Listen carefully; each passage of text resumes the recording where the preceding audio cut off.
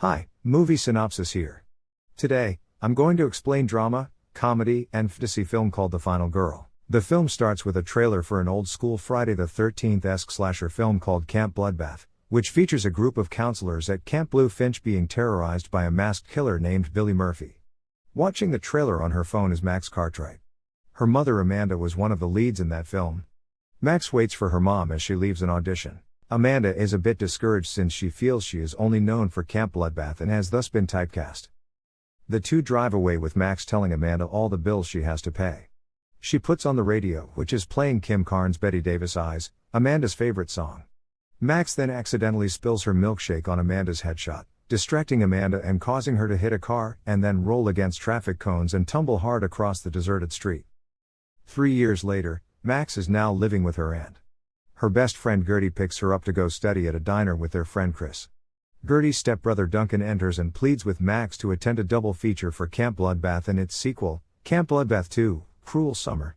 Since the show falls on the anniversary of Amanda's death, Max refuses, but Duncan eventually convinces her to show up as a special guest. The four go to the double feature. They encounter Chris's ex-girlfriend and Max's former best friend Vicky, who becomes a nuisance to the friends. They later watch the first movie, which plays to a huge crowd. Max feels a bit emotional watching her mom on the screen again. In the crowd, two guys pass around a liquor bottle, which gets dropped and rolls across the floor, spilling booze everywhere. Another guy lights up a cigarette, and the ash falls onto the liquor, igniting it and setting a curtain on fire that eventually spreads through the whole theater. The audience runs for the exits, blocking it for Max and her friends. She grabs a sharp item and leads Gertie, Chris, Duncan, and Vicky toward the screen. Max cuts through the screen and they enter through a blinding white light. The friends find themselves in the woods, right at the start of Camp Bloodbath. The main counselors, horny idiot Kurt and bimbo Tina, drive by the friends and ask where Camp Blue Finch is. Not realizing what happened, the friends let the counselors drive away from them. They wait over 2 92-minute periods, the film's runtime, twice, before the counselors return and Duncan tells Tina they are also counselors and would like a ride to the camp. In the van, the friends meet another counselor, Blake, and Amanda, in character as Nancy, the shy girl with a clipboard and guitar. The group arrives at Camp Blue Finch. Duncan tries to get Kurt to give him the keys to the van so they can find a way out of the movie, but Kurt tosses the keys into the woods. Max tries to get Nancy away from Kurt, because her character is fated to die after having losing her virginity to him. The five friends then go into the woods to look for the keys, just as the first kills in the film are set to take place. The five watch as Billy shows up and kills two horny counselors. Billy appears to spot them, and everyone except Duncan runs. He realizes that since they're not part of the movie, Billy doesn't know what to do with them. Duncan thinks he's invincible, until Billy hurls his machete into Duncan's side, apparently killing him, and proving to the other four that they have no immunity. The film's badass final girl, Paula, shows up to the camp. Since she is the one that kills Billy at the end of the film, the friends decide to stick with her, while also trying to stop anyone from having sex so that Billy won't show up. Billy is mentioned, and Nancy tells his urban legend, taking Max and her friends into a black and white flashback to 1957 when Billy was a camper. He was always made fun of for being different and ugly, so he hid in an outhouse to escape the bullying. One camper throws firecrackers into the outhouse, burning Billy's face and scarring him.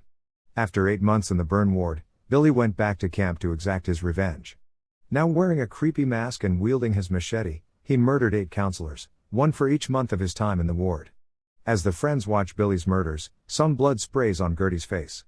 When they return from the flashback, the counselors see the blood on her face.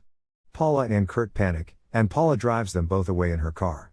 Duncan emerges alive, but he gets hit by the car. Paula crashes into a totem pole, ejecting Kurt from the passenger's seat and causing him to die with all his bones breaking. Paula meets her end when her car explodes. Max and her friends then reveal to the surviving counselors that they are all in a movie and that they need a new final girl to kill Billy. They even made Tina put on a life jacket with mittens. She is fated to die after doing a striptease.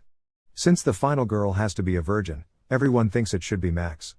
Max says Nancy should be the new final girl, but Vicky comments that she can't be because of who her character is, shy girl with a clipboard and guitar. Nancy runs away crying, so Max goes to console her. She wants to have Nancy survive so that they can make it out of the movie together and perhaps start a new life for Nancy/Amanda. The gang prepares for Billy's arrival that night. Vicky apologizes to Max and Gertie for her behavior, because she used to be good friends with Max before Amanda's death, and Max shut Vicky out and became friends with Gertie, making Vicky feel jealous and hurt. The girls forgive Vicky. The cabin has been booby-trapped in anticipation of Billy. Tina, who is hopped up on Vicky's Adderall, does a crazy striptease, summoning Billy to the cabin. As he walks toward the cabin, Tina panics and runs away, tripping over a string and getting her head caught in a bear trap. Chris sets off another trap as Billy enters, wherein a log swings from the ceiling and knocks Billy into some antlers on the door to impale him. Thinking they've won, Gertie and Blake kiss. However, Billy is still alive and he kills Blake.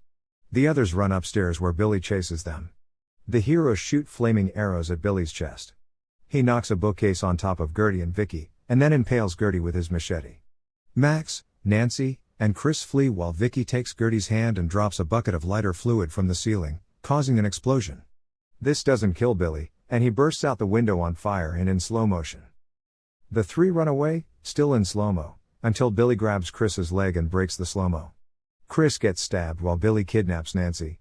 Max brings Chris into an abandoned chapel and stays with him so he won't die alone, but Max assures him that he won't die. She runs to find Nancy in Billy's barn. Max fights Billy, but gets stabbed.